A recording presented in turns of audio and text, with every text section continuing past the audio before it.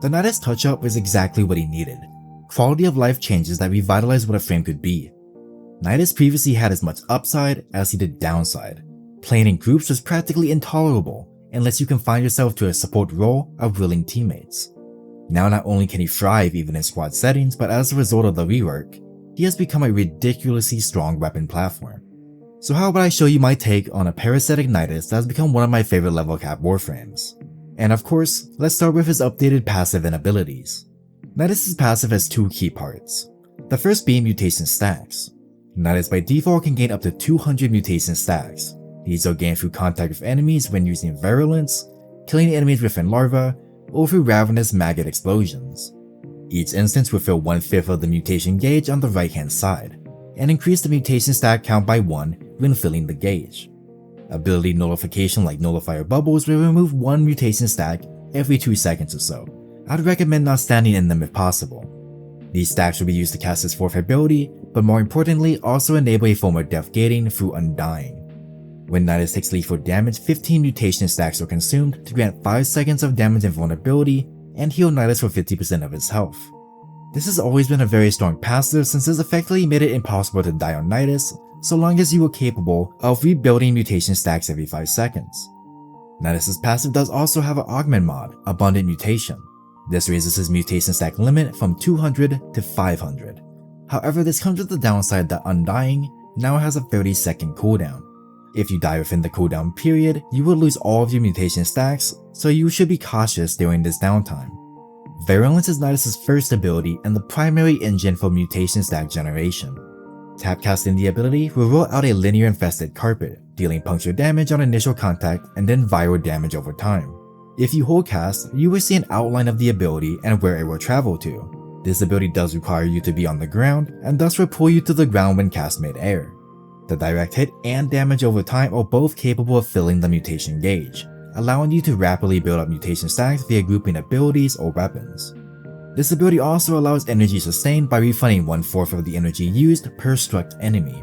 This is proportional to the total energy used, meaning negative efficiency will return even more energy. When hitting more than 4 targets, this will result in a net positive gain in energy.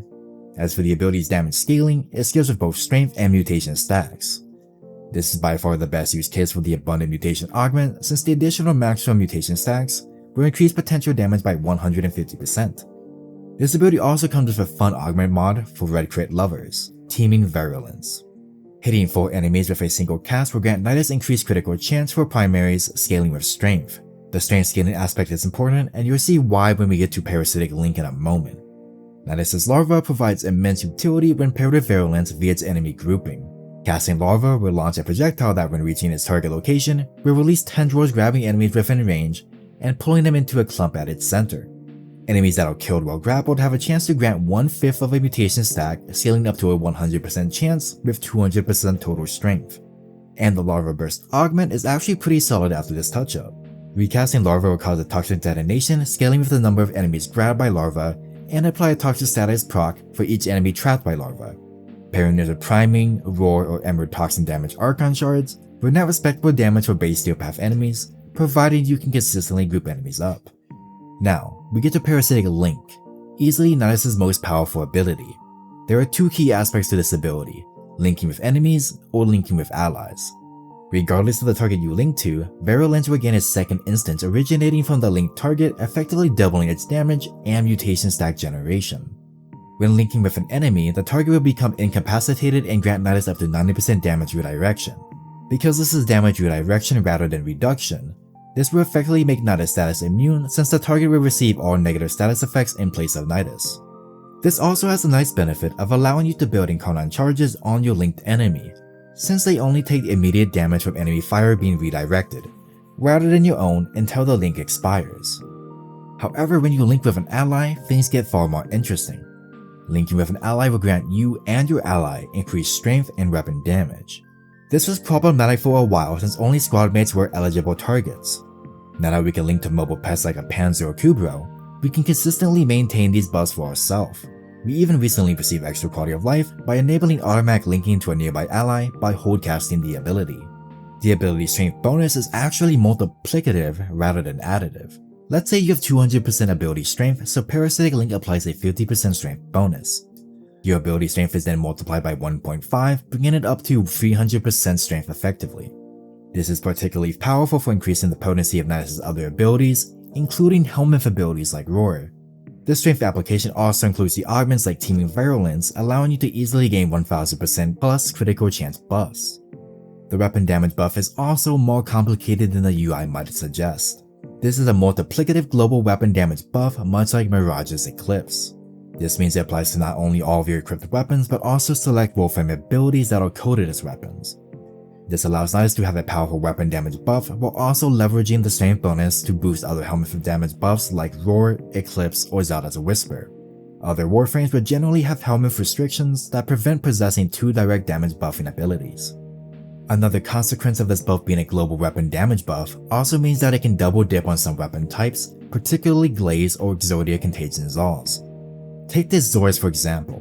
Standard detonations result in electric ticks of about 30,000 damage. If we activate Parasitic Link on a near 400% strength Nidus, the damage skyrockets to around 120k for about 4 times total damage. Throw in an about 200% Roar that double dips on DOTs and we end up with 36 times our total damage on a single target. Keep in mind this is a melee influence weapon and DOT spread by melee influence triple dip faction damage, so we could hit as much as 108 times our total original damage with this amount of strength. One final note on the damage buff. It does not apply to condition overload sources. So this ability works best when you have reliable base damage sources such as Deadhead or Primary Bulwark rather than condition overload or gun seal mods like Galvanized Aptitude. And of course, we still have the Parasitic Vitality Augment. Linking to an ally or enemy will increase Nidus' HP based on the current mutation stack amount and ability strength. Allies will also gain this HP bonus like the rest of the buffs provided by the ability. This mod is mutually exclusive to other Vitality mods, but it can reach such absurd values that it renders other HP sources unnecessary. This is great for pets running Link Vitality, as they will also receive the percent increased health from Parasitic Vitality on top of the Nidus' total HP. This isn't enough for level caps, but for base Steel Path it makes your companions nearly unkillable. Ravenous, unfortunately, even after the touch-up, is still a bit lacking. Spending 3 mutation stacks will cover the ground with infested growths offering health regeneration and status cleanse. Small maggots respawn and attack nearby enemies until they die or are hit by Nidus' Virulence. If either of those two conditions are met, the maggots will explode, dealing some blast damage. The blast damage scales with mutation stacks much like Virulence, and it can perform okay when grouping enemies up, but since there is no force blast status effect, it is not all that potent.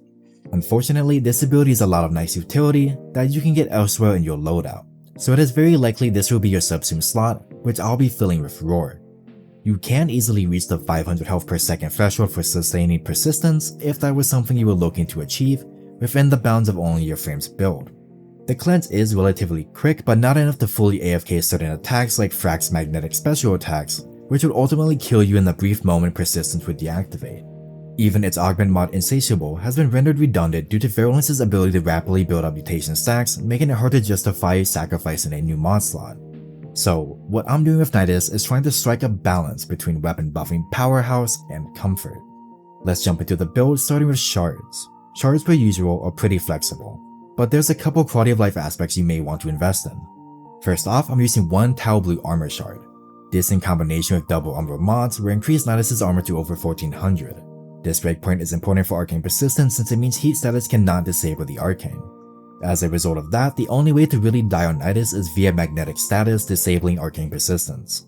The other 2 blue shards are for energy max. You can get by without them, but I find these to be pretty comfortable while freeing up a mod slot from Primed Flow or an arcane slot from Arcane Battery. Then I have my user Parkour and Cascade shards. For my mod choices, I'll start with Corrosive Projection in the over slot. Without any reasonable armor strip options available in Nidus' kit, this is just a no-brainer for a significant damage increase with little opportunity cost. This is a double Umbral build using Umbral Intensify and Umbral Fiber. I am not using Tri-Umbral because I would like to use Parasitic Vitality for massive HP gains. If you want a stronger overall build that might have to rely on death gating with the passive more often, then you can use Tri-Umbral to free up an Archon Shard and get more strength in the process. Prime Continuity gives a nice touch of duration so that Parasitic Link and Roar do not have to be recast too often. Stress provides a comfortable amount of range for grouping enemies to build mutation stacks with Larva and Virulence while also extending the range of Parasitic Link. This extra range becomes noticeable at level cap when you have a companion that goes down often. When you move away from your companion, they will teleport with you after a few moments. However, with lower range, they can end up outside of your link range, too long causing you to drop the link along with your extra damage and health. With at least stretch, this will very rarely happen, allowing you to at least stay linked to even a down pet. You can skip the Archon version, but having a companion modded for electric can trigger this for additional energy generation. We do want lots of strength to take advantage of Parasitic Link, so we'll be slotting in Blind Rage. Since we gain our energy back from Virulence, the negative efficiency is not much of a concern, and even if it was, we are using Hunter Adrenaline.